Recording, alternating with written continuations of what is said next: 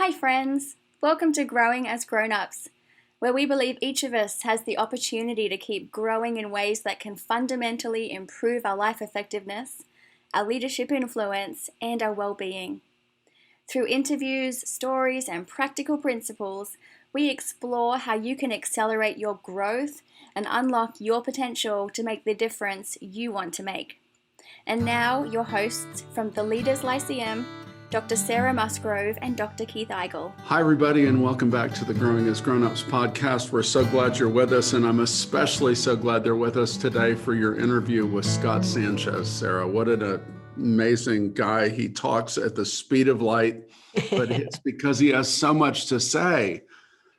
He does. He's so fun to be around. He really has a contagious energy. Scott is the product innovation officer for the Deluxe Corporation. Previously, he was the chief innovation officer for Nationwide, the vice president of innovation for First Data. The man has the credentials. He's got degrees from Harvard and Princeton, and he's on the staff of Stanford's design school. Like, he's an amazing, amazing man. But we met him, or at least I met him probably 8 years ago now through Woodward Academy, one of our clients. And somebody said, hey, you should come to this innovation workshop. I think you'll find it interesting to the work you're doing. And maybe a lot of our listeners like me would think innovation, that has nothing to do with my life. Like, I would have described myself as the opposite of an innovator, but I trusted this person and I went and I enjoyed the workshop and have not stopped thinking about innovation and design thinking ever since then. It was life-changing for you in a lot of ways, Sara. It really was. It's really an interesting way to look at the world. And so today I brought him on because I wanted to introduce our listeners to this innovation framework. And I want to encourage people, don't skip this podcast if you think I have nothing to do with innovation. I don't work in a job that requires innovation. I'm not trying to invent anything. As Scott says later in the podcast, innovation is for everyone, and he means it. And so I really want to encourage people to listen, because his definition of innovation, I think, is beautiful and is really relevant to everyone. And he says, innovation is solving problems for people that help them succeed and thrive.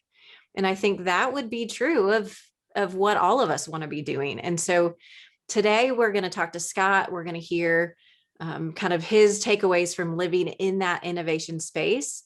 But I also want to encourage people to come back for our next episode, where we're really going to unpack a lot of what he talks about and apply it more directly to personal growth and to leadership. So this is kind of a two-part little conversation. Yeah, it was so good. The way he reframes so many things that we think about is amazing. And so often, I want to, even before we get into the podcast, I want to blow this out a little bit for the listener, that, the Growing as Grown-Ups podcast has so often been about application to leadership. And we've acknowledged that has an impact in other areas of our lives as well. But, one of the things that Scott, you'll hear Scott say in the middle of this is that leadership is not having the answer. It's knowing how to get the answer. And that's what this podcast is about. And so if you're sitting there thinking, well, that's not my job or whatever, I wrote down, are you a leader? How about, are you a parent? How about, are you a partner or a spouse?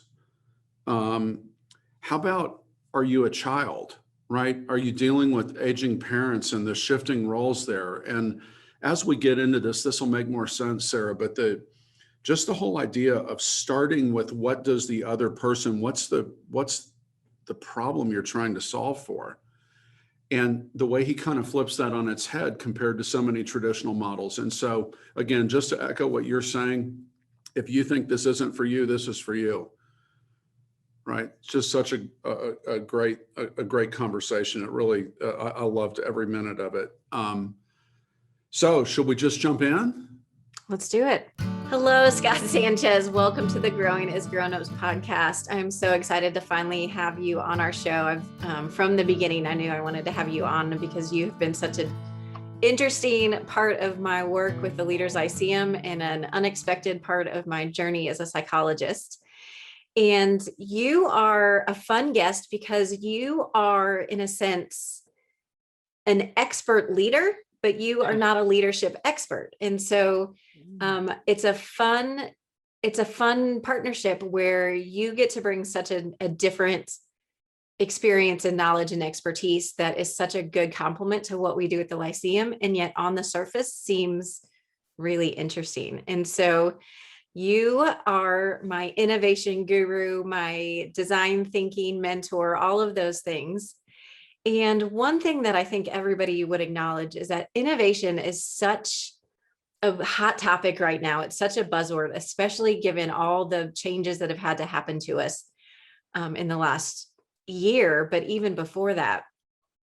But it's a word that you and I both know can mean everything, and therefore it means nothing. And so why don't you just kick us off by telling us what innovation means to you? What does that word mean? Awesome. Well, first of all, Sarah, thanks a ton for having me. It's any chance I get to work with you in the Lyceum, my answer is yes. So thank you in advance. But you're right. Innovation is this word that means so many different things. Is it about new technologies? Is it about doing something that no one's ever done before? Is it a competitive lens? And I will tell you, at every company I've worked at, every company I consult with, one of the first questions I have to ask is, what is product? What is innovation? What does that word mean to you? There are tons of definitions out there. The one I happen to like, I took from a man by the name of Scott Cook, who founded Intuit. I had the wonderful chance to work at Intuit for about 8 years out in Silicon Valley. And his definition was giving people things they could never imagine and then could never imagine going back. And what I love about that is it basically says solve problems for people. It's not about technology. It's not about this. It's not about that. It's basically solve problems for people. And so at Deluxe Corporation, where I'm at, our version of that is how do we delight businesses in solving their needs so they thrive and succeed? Our customers' businesses, small to big, but it all starts with those needs, and it all starts with the outcome that we want for those people or those businesses so they thrive and succeed. It's a very people-centered approach to thinking about innovation, which quite frankly is where I think the secret sauce really is. Yeah, and I think that's why I've been so drawn to the work that you're doing, because it is not primarily about product, it is about people. What I have learned is that what you really want is not just to innovate once, you want to innovate multiple times, right? An organization doesn't just want to come up with the one-hit wonder. They really want to keep innovating, whether it's a product innovation or a program or a solution or experience, whatever that is, you really want to embed that into the DNA of the organization. And so what I've found is the most repeatable way to do that is through a customer-driven or a people-driven or a human-centered approach to innovation. And one of the most popular versions of that is design thinking. And so we'll talk about design thinking, I'm sure, without a doubt. But the thing to know about this customer-centered approach to innovation is that it involves people, right? It involves a user, it involves the people on the team, it involves the leaders of the organization, but you're really orienting to that end customer who's going to end up using whatever it is that you're creating. And that's your center of gravity, which often requires you to flip your perspective from your view to their view. And that's one of the most important parts of sort of the foundation of design thinking. Yeah, I think that is such a pivot for a lot of people, even people who work in innovation. So talk about that a little more. Like, why is it important that we identify our end user? How do we figure out who they are? Who are those people that we need to keep at the center of our work? So great. So let me start with this. If you go Google innovation, one of the icons you see come up all the time is the light bulb, right? The idea. And I actually think that's fundamentally flawed, because what that basically says is let's celebrate the solution, the mobile app, the program, whatever it is. And quite honestly, you know, what I've seen, and I get a lot of people coming to me and say, hey, I've got this great idea for you. And what I'm trying to sort of be on a mission to is I don't really care about the ideas. Tell me about the person. Tell me about the who we're solving for and what their needs are. Because quite frankly, Sarah, I think what matters is if we can understand who we're solving for, the user and what their needs are. That's where we want to spend our energy. Ideas are a dime a dozen. Don't get me wrong. I love ideas. I love solutions. I love all of that. But where I think we have to start is actually understanding that user and their needs. Because if you get that wrong, you could come up with the best idea in the entire world. But if you got that wrong, it's not going to work. And so I tell my teams all the time, right? You could build the best mousetrap in the entire world. But if the goal is not to catch a mouse, what good is a mousetrap? And so for me, this design thinking really starts with understanding people a lot through empathy is a big part of how we do it, trying to understand people better than they know themselves. Because quite honestly, that's where the big innovations are to uncover. People won't tell you. It's not obvious what the big innovations are. No one was sitting around 12 or 13 years ago saying, I want a smartphone with apps, or 10 years ago, I want an iPad, right? Or, hey, give me a mobile app to bring a car to me, right? But the needs were there. No one came up with those ideas by themselves, but you had to work at it. So that's why I think you've got to really figure those out. Half the battle is solving the problem the right way, but the other half is solving the right problem. Yeah. And I think just watching so many businesses, I see them with brilliant ideas, but nobody needs it, or they don't really understand the user. And I think, I think this is one of the key overlaps with leadership is that if I'm leading somebody, I need to know them. I need to know what matters to them. I need to know what they care about. I need to know what they struggle with. I need to know what their goals are, instead of just having a leadership philosophy and expecting everybody to lead. So I was going to save all of my leadership tips for later, but I was just like, it's so rich. And empathy is such a weird business term. And I get a lot of pushback from people. And I don't know if you do too, where it's like, that's too touchy feely. It's too, let's come up with like a discovery. Let's not call it empathy. Let's call it discovery. And I'm like, if you're not in it for the people, you're missing it. And so like, what is your thought on kind of the word empathy and the purpose of empathy and how it doesn't fit in our traditional culture, and yet why it's so critical for the work that we're doing?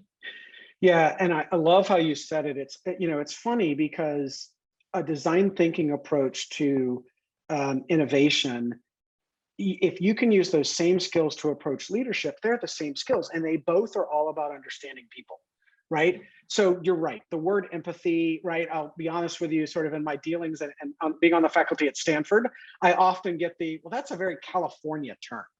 Great, celebrate that, right? But here's what I would say. On the one hand, I don't really care what you call it, right? And different organizations I've been at, I've had to pivot my language because of that organization or the history they've got or those things. I'm fine with that, right?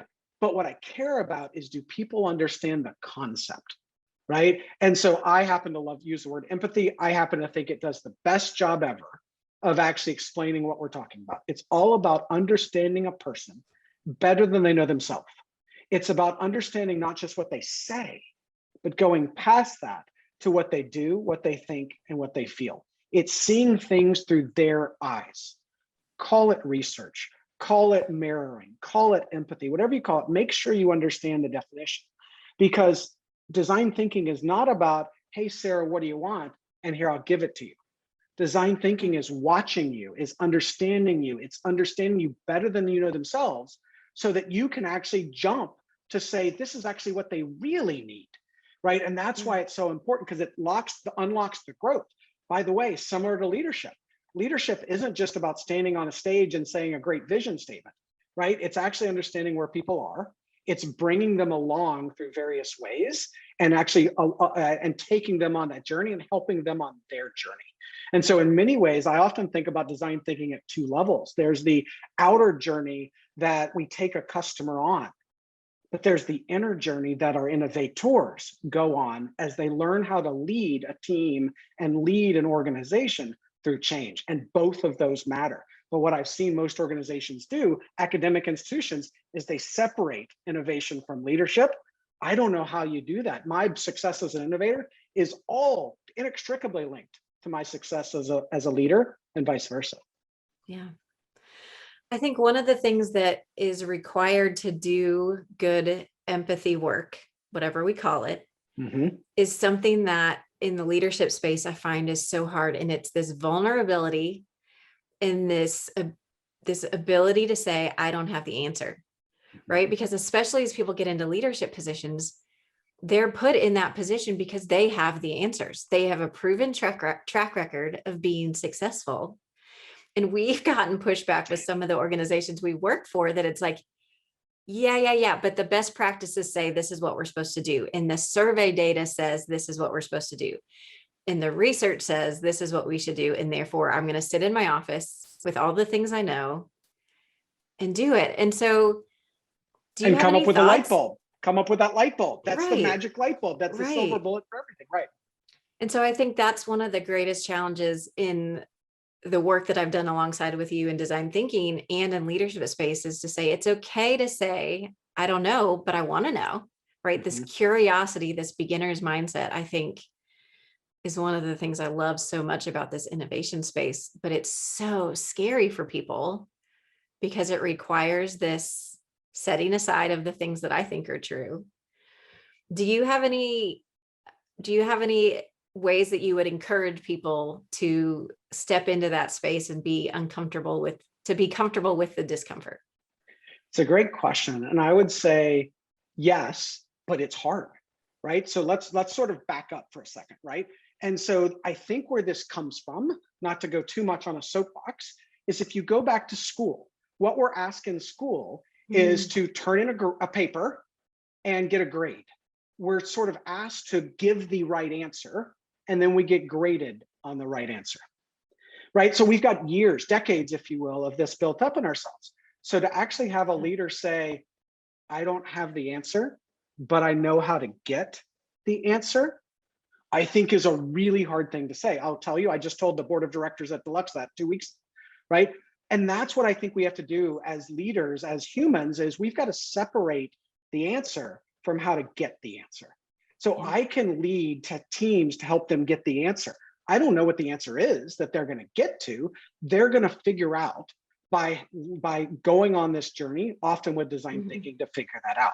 And so that's my first sort of thing is, how do you stand up and say, I don't know the answer, but I know how to get the answer, and be confident as a leader and lead them through that, as opposed to lead them through the answer itself.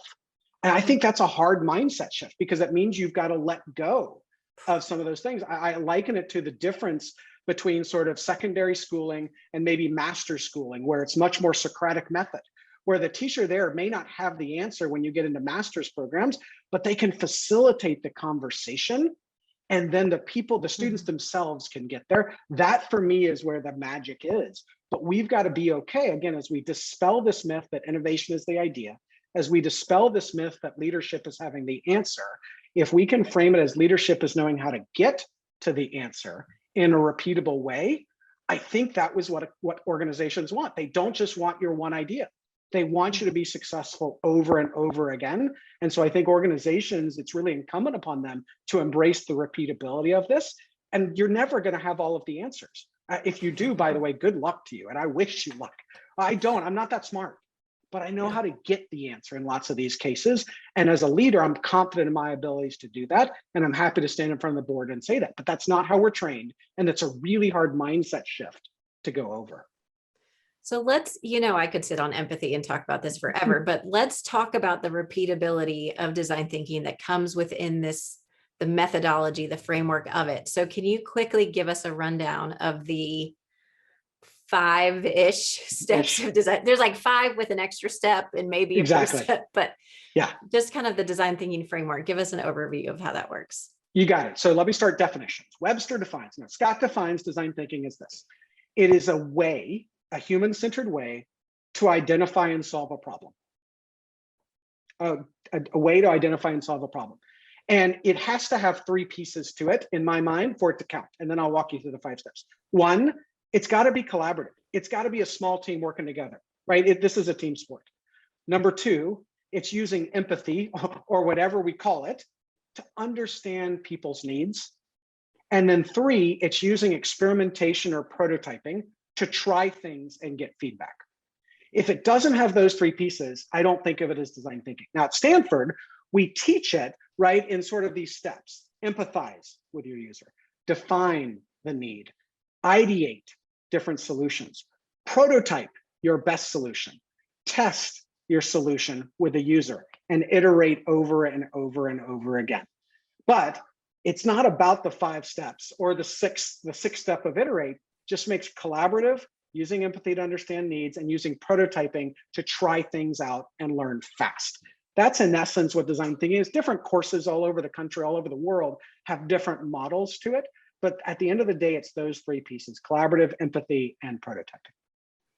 So we've talked about kind of the empathy piece, right? And that goes into from the design thinking model, that essentially the empathize and define, because it's defining from your empathy work, you're defining a need or a problem to be solved, right? So that's kind of that who it is we're working for.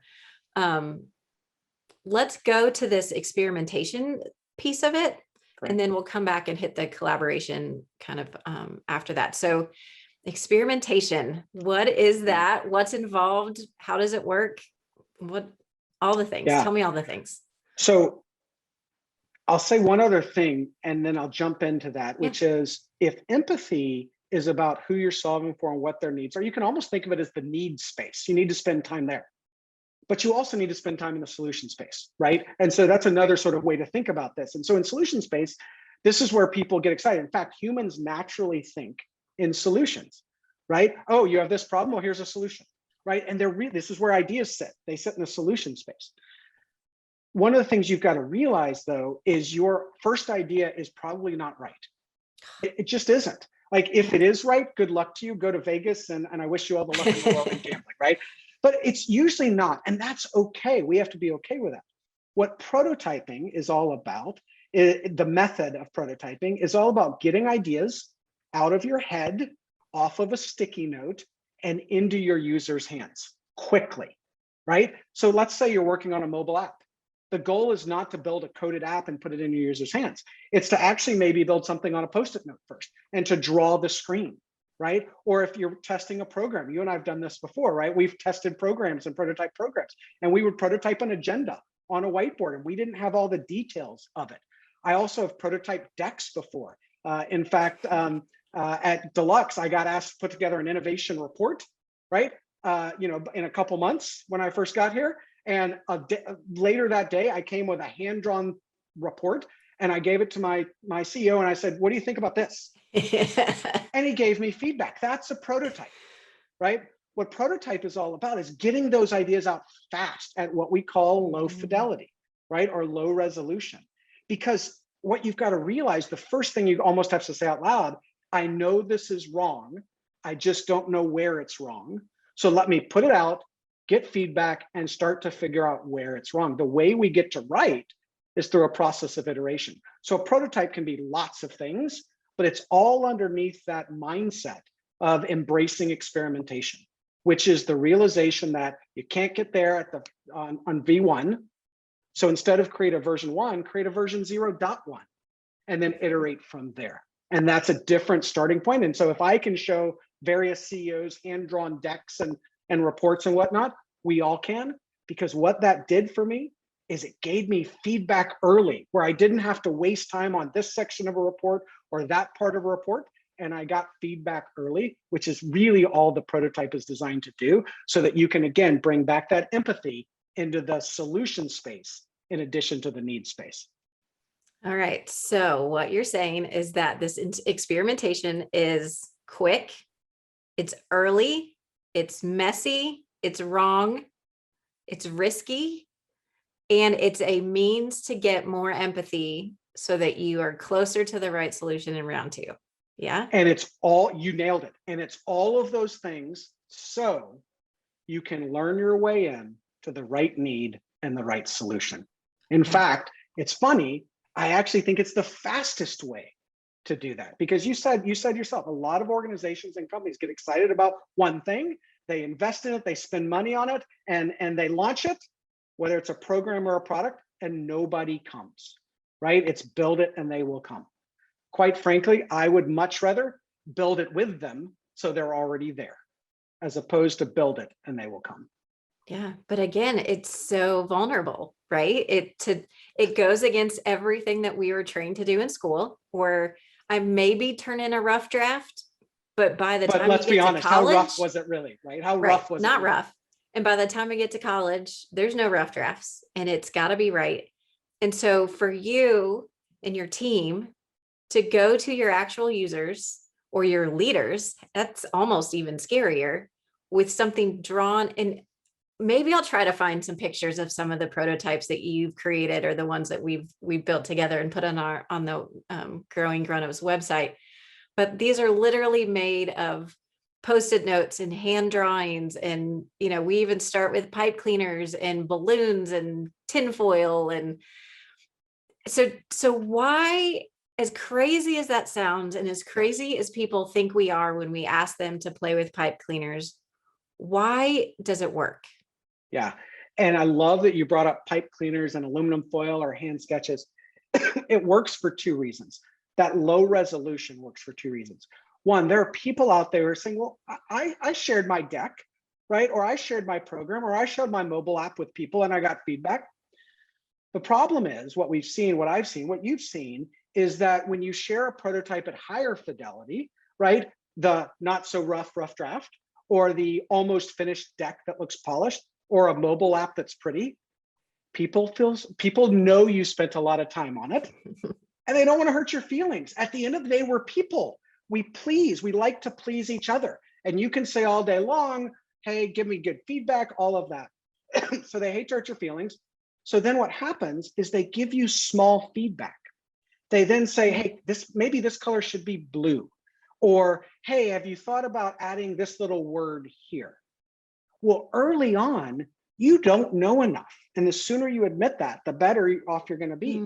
And so all we're doing in lowering the resolution of the prototype is matching where our knowledge really is. You can pretty something up, but it's not nearly as polished as that from a knowledge and understanding perspective.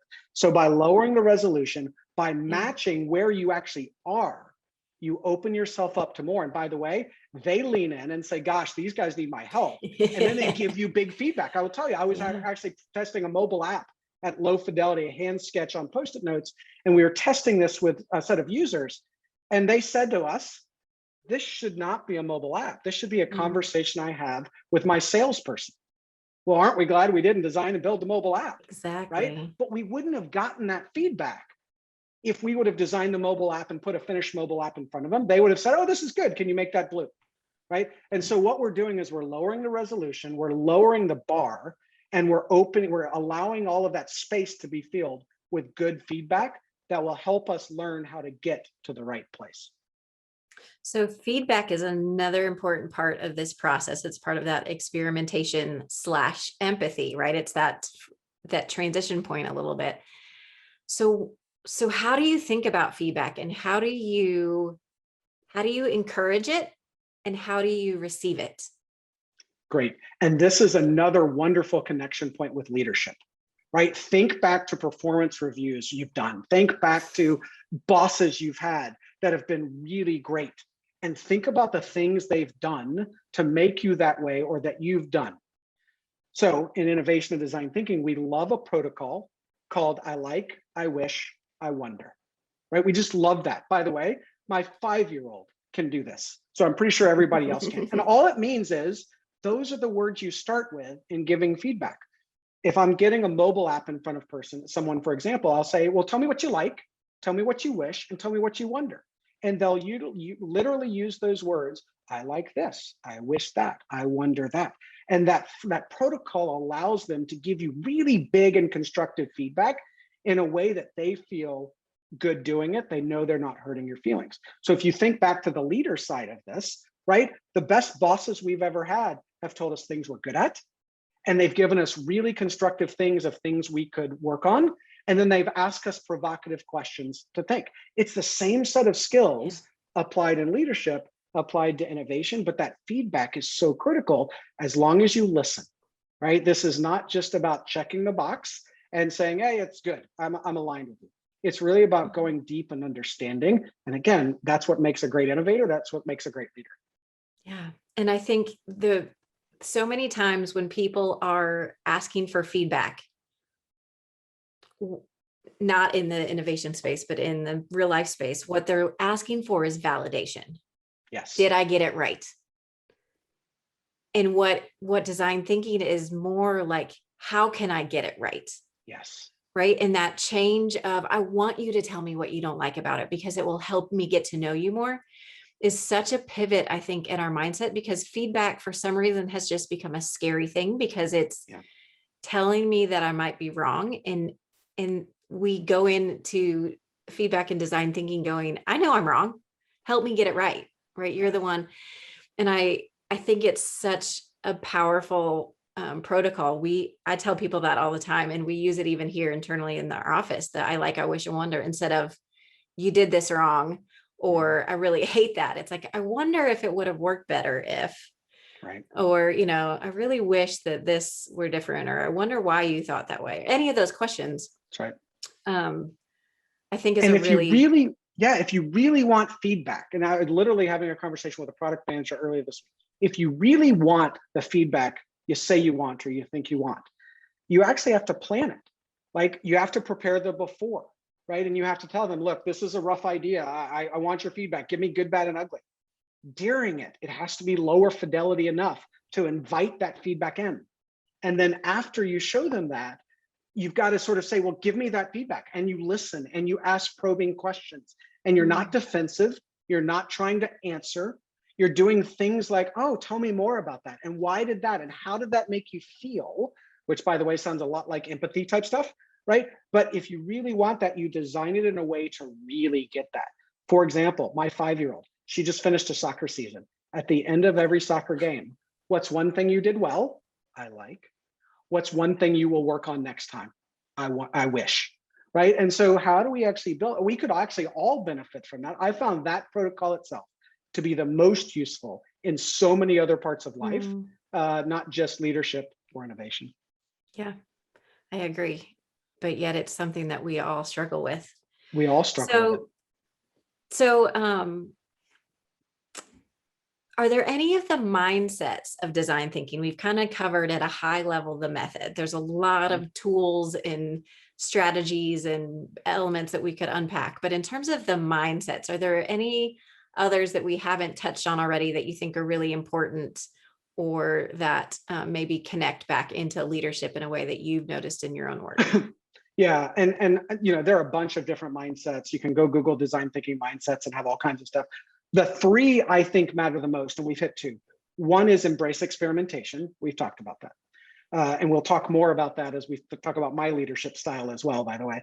But a second is a focus on people, a focus on humans, right? Just to sort of put a fine point on that. That's the mindset of which empathy emanates, of which feedback emanates, et cetera. But the third for me that we haven't covered as much, I call it inspire and be inspired. What I found in doing this type of work, because you're so focused on people, people are amazing, right? If you stop and listen and you engage, and their stories are absolutely amazing. And I think that matters. And so I encourage my teams all the time to go be inspired, go talk to a small business owner, go talk to a consumer, go talk to people. And everybody has stories. And as you sort of engage them, you can be inspired by them, right? So we're working on a project right now where our inspiration is Rowan. Rowan, and it's not going to matter where she is a cash management specialist at a large corporation. That doesn't matter. But Rowan has a story that's important to tell. So as much as we are building an automated integrated receivables product, she has a story. And quite frankly, she's the hero of her story. But yet things get in her way. And we can play a role in helping her achieve those. So we use that inspiration to help us. And the reason that's so important is, if I sit here and I could tell you all day long about integrated receivables and how great it is, and integrated and APIs and all of this sort of fun stuff, but you don't know whether that's good or bad until I tell you. Let me tell you about Rowan. Let me tell you what she struggles with. Let me tell you what her problems are. And here's how we can help. And if we can sort of elevate the heroes of all of these stories to a better outcome, right? Mhm. That's why we're in this. That goes back to our whole definition of innovation that we talked about a few minutes ago, is solving problems for people. So for Mhm. me, inspire others and being inspired is a mission critical part of this whole thing. It's why we do what we do. We don't do what we do to launch a product. We don't do what we do to address receivables. I mean, we do, but that's the means to the end. What's the end? That's what I would think about in terms of being inspired. And how do we actually have that lens and embrace that inspiration? Because we will meet real people and we will carry their names through the various projects we run because we're inspired ourselves. And in fact, that's what we fall in love with. We don't fall in love with our product. We Yeah. fall in love with those inspirational stories. Yeah. And that, I haven't ever heard you say it that way. So it's really fun. Every time I get something new from you, I'm like, ooh, let me add it. But the idea of you fall in love with the person, not the product, is what makes it exciting to get the feedback and throw your prototype in the trash can and start over. Right. Right. Yet too often people fall in love with their product and they miss the inspiration of the person you're trying to help. And so That's right. I'm so glad you brought that back around. The one thing I don't want to skip before we move into kind of the leadership aspect of it is the collaborative piece. Yeah. Why should I not go do design thinking by myself? Yep. It's a great question. And you're tempted to, right? And we're often Right. tempted to. It's easier. It's easier. So here's what I would say. I think there are two reasons why it by yourself doesn't work as well. One, you only have your own life view. It's not your fault. It's just who you are. You have your life view of things. Great, right? Count on that. But what that also means is you don't have lots of other people's life view. And that's what we found is we need that diversity of team, right? To actually come together and bring their life views. They all need to see things, right? And then if you can look collectively at that, you can bring those life views here. And I might add something that you've never thought about before. This was, it's that growth mindset without getting too curriculum-y. It's that growth mindset.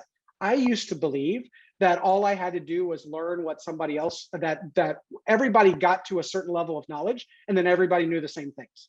It's not at all true. There's too much information out there. Everybody learns different things. So that wealth of knowledge brought together and that creative force to bring it together is huge. That's one.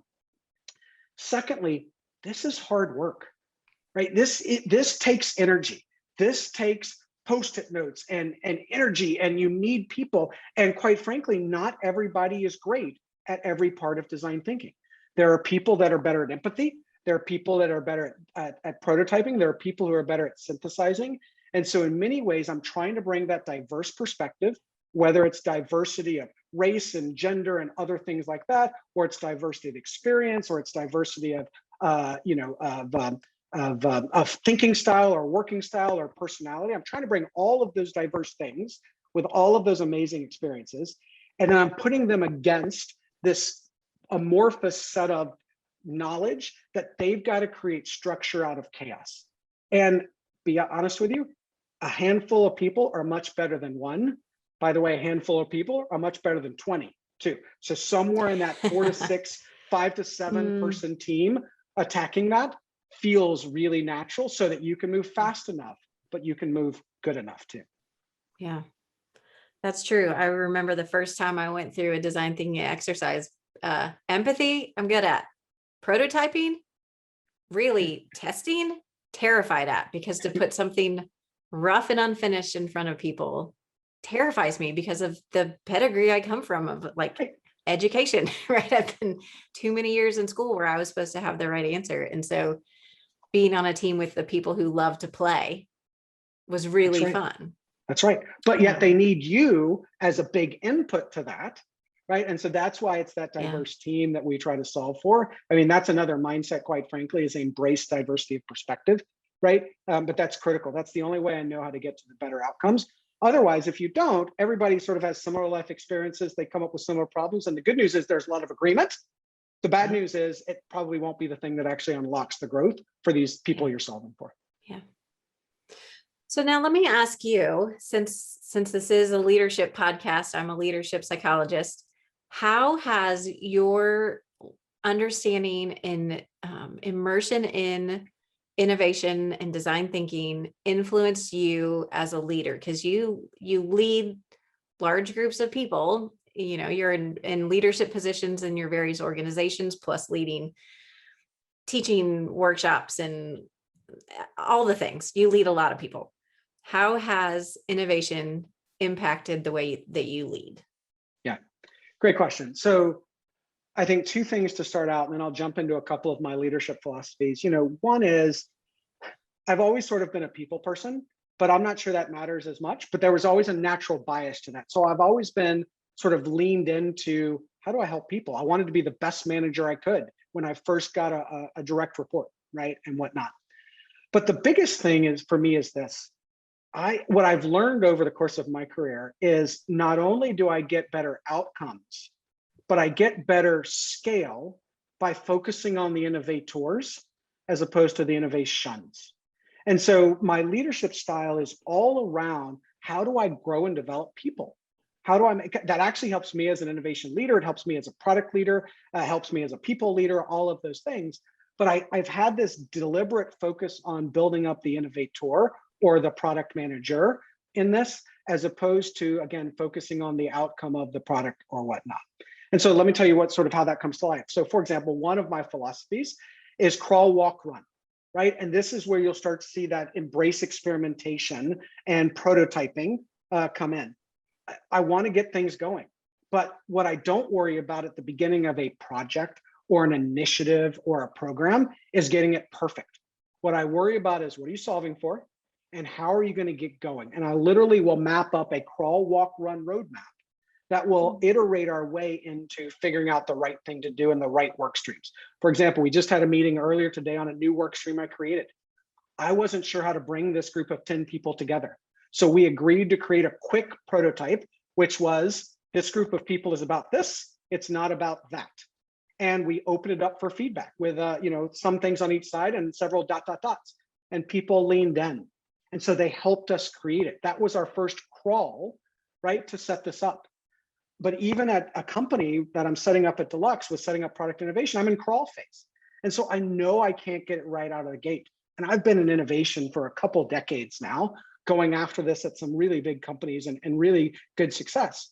I still can't get it right out of the gate. So I've got to create an intentional roadmap of crawl, walk, run to prototype my way in to learning how to set this thing up and how to launch great products at Deluxe. That's sort of one leadership philosophy. Maybe we'll stop there for a second. There are a couple others I could go into. I have two philosophies that are related, which is create space and coach always. And what that means to me is I've got to create space for my team to step into it. I've got to create space for them to step into a project. I've got to create space for the leaders underneath me to step in and above. And so I'm intentionally thinking about that. I was in a meeting literally earlier today where I jumped in a little too early, and I intentionally then pulled myself out because I had a leader who really needs to lead that. And so I think about, how do you intentionally create space and give them their own leadership opportunities to step into that? But then the coach always comes back and says, now let me coach them in how they did. And there's feedback there, but it's real-time coaching. It's not the annual performance stuff. We do that too. But how do you actually coach? Because quite honestly, if I'm going to build scale or I'm going to build repeatability, and again, this is no different in innovation than it is in any leadership, I've got to have people to do it. I can't do it myself, right? And so what I've found is the skill I've had to develop the most is the coaching. How do I meet someone where they are, give them I like, I wish, I wonder feedback quickly, and then then keep giving them opportunity and space to try more and more. And that's when I start to see things and they start to do things that I wouldn't have envisioned. And that's when I know I'm onto something. So it sounds like you are giving your employees the space to prototype their own leadership, and then you're giving them feedback. It is. Yeah? That's exactly. I actually have never framed it that way, but that's exactly what I'm doing. Yeah. Letting them try something, letting them experiment, right? Putting themselves out there where it's like, it'd be easier for you to maybe jump in and explain it, but to say, if my goal is to invest in my people and develop them, let them try. And then I'm going to give feedback, and I'm not going to be mad if it isn't exactly the way that I would do it. And they might even do it better. But I think you said it exactly well, because the goal if I think bigger picture, is not for us to be successful in that first day or that first week or in any immediate moment. The goal is to be successful over the long term. And sure, I could jump in and do some of this thing better than they can right now on some things, but I need to spend time on things that only I can do, and I need them doing those things. And so again, create the space, they fill it with prototypes, they learn and they iterate. And guess what? A month from now, 6 months from now, they might be beyond me, right? I can still coach them, but that's great. And that's what we need. That's how, in my mind, we build a high-performing organization, is we give people that space, we let them try, and we build them up. So over time, they can take it to places that, you didn't even imagine. And by the way, as a leader, I'm proud of that when they're up on stage with the board or whatever they're doing, right, in doing that. And I had a very direct hand in stepping out of their way, but then helping them along the way. That for me is, if I think about, leader is not that standing up on the stage and sort of shouting at the top of their lungs. I actually wonder if leadership is much more facilitated. It's much more side by side. You've heard servant leadership. You know this stuff better than I do.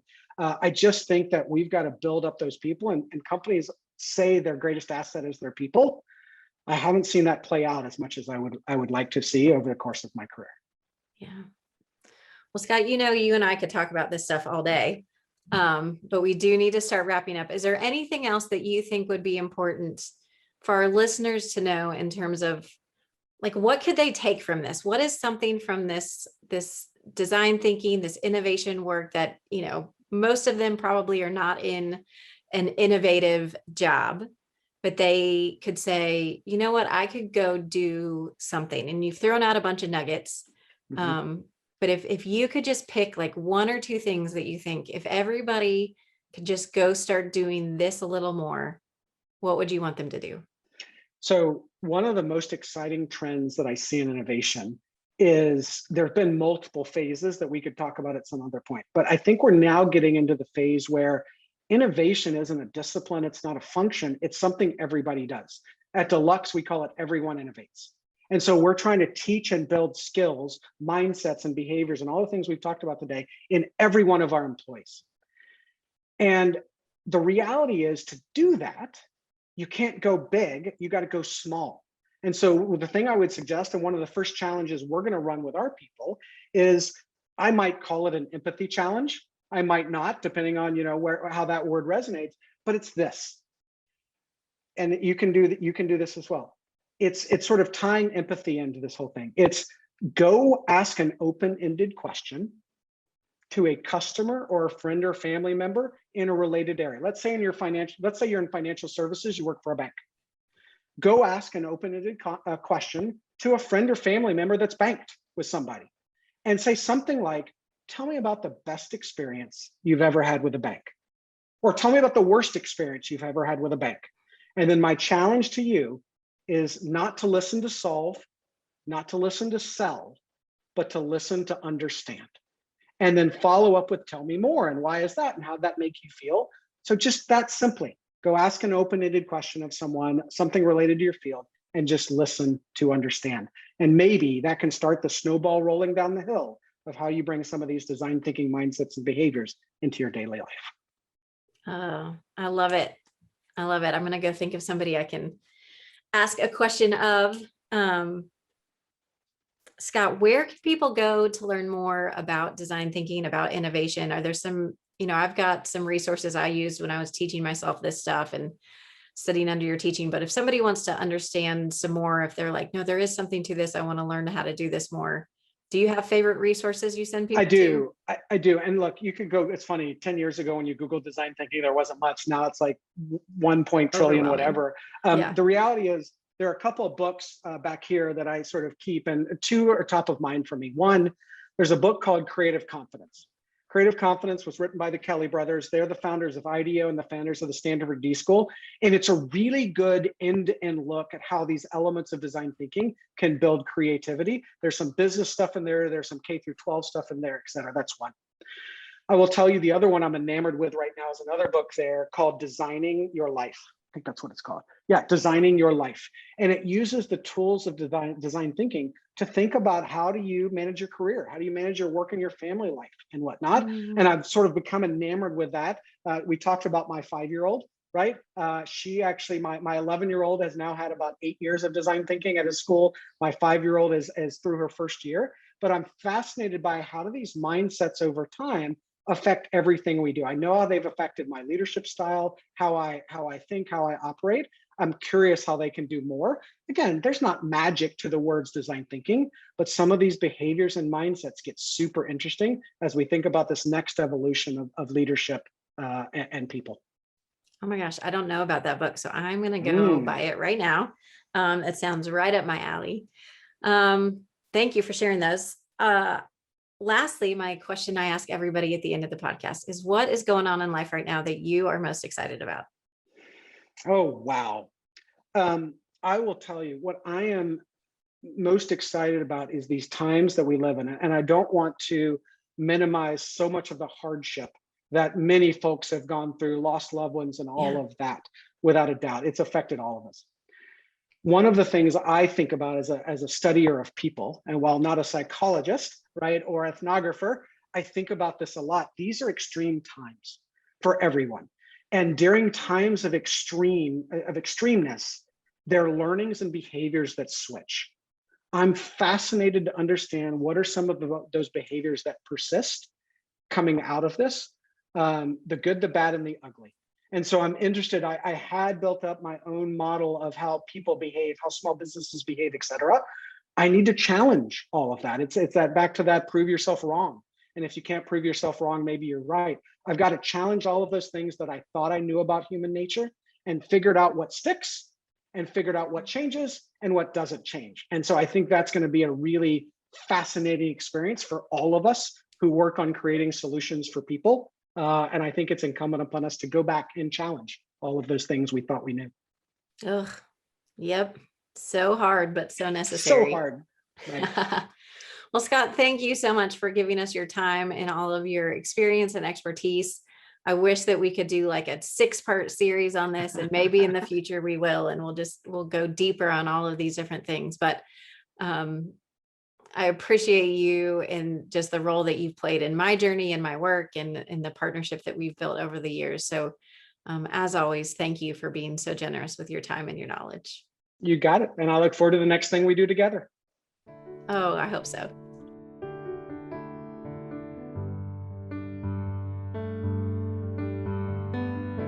Sara, I can tell that you loved that interview. Just your enthusiasm about Scott Sanchez. It's like your design thinking crush.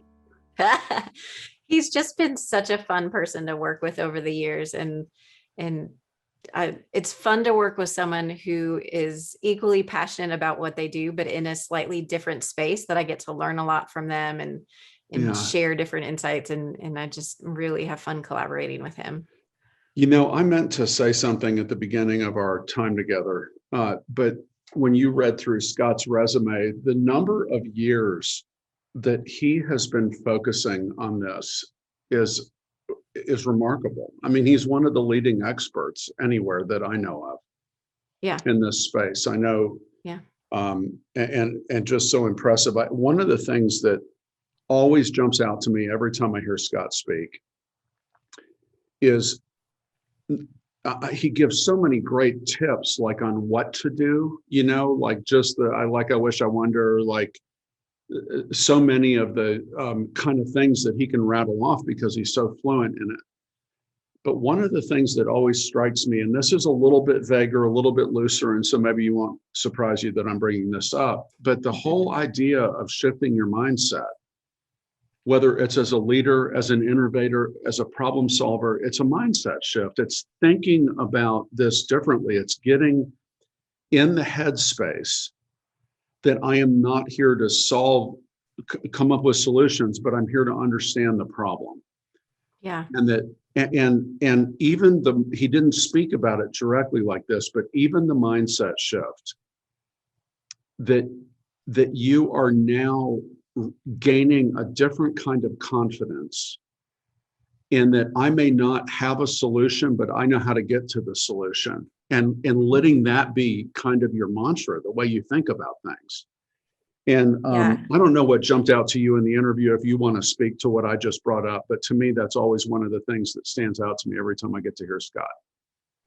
Yeah, that's exactly what stood out to me about design thinking to begin with, because we are not in the product innovation space. We innovate sometimes in terms of designing curriculum specifically for clients, but that's just not the world we live in. But the mindsets that underlie this human-centered approach to innovation is what struck me as the connecting point to leadership and the connecting point to how we grow, because it's, as you like to say, you're innovating yourself through these personal growth steps that we encourage people to take. And there's a quote, you know how much I love Adam Grant. Yeah. And there was a quote in his new book, Speaking Think of Again. crushes. This quote that he said that I love, that captures what Scott said about leadership, about not having the answer, but knowing how to get the answer, that Adam defines as confident humility, that we want to strive to be people who have a confident humility. And so what he says that is, which is relevant to what Scott was saying, is having faith in our capability while appreciating that we may not have the right solution or even being addressing the right problem. That gives us enough doubt to re-examine our old knowledge and enough confidence to pursue new insights. And so that willingness to say, I don't want to just assume that I know what somebody needs and give it to them. I'm going to put that on the shelf. I'm going to ask questions. I'm going to seek to understand them at a really deep level. And then I'm going to figure out how to get them the solution. And it's that pairing of confidence and humility that I think is the secret sauce of all of this. Yeah. But that humility, that confidence is not gained in a vacuum, right? Mm-hmm. I mean, it comes from learning how to listen. It comes, one of the other things that I think builds this confidence is this idea that I start to understand more about my user than they even know themselves, right? That's how differently you're listening. And that confidence, I think, is achievable for everyone if they can, but it doesn't just come because you decide you're going to have it. It comes because you start having some success in learning how to really listen and empathize well. But anyway, I've so hope folks enjoyed this episode. I thought it was just amazing.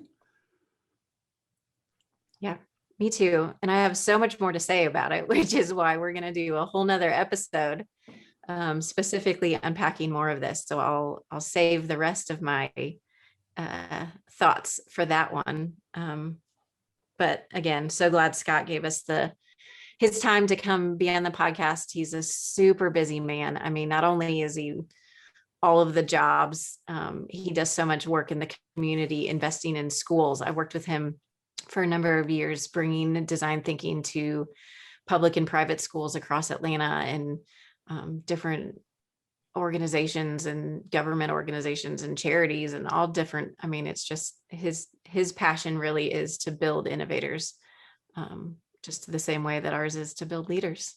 Yeah. Well, I like that we get to combine it on the next episode and talk about how we innovate ourselves as leaders. So folks, we hope you join us in 2 weeks' time for the next iteration. Haha. Well done. Thank you. Thank you so much for joining us for another episode of Growing as Grown-Ups. Take a second and subscribe to the podcast so you don't miss any future episodes, and tell your friends. You'll find all of the goods related to this episode, including the transcript, videos, links, and other ways we can help you keep growing as a grown-up on our website, growinggrownups.com. Growth isn't easy, but it's completely within your reach. Until next time, journey well, friends.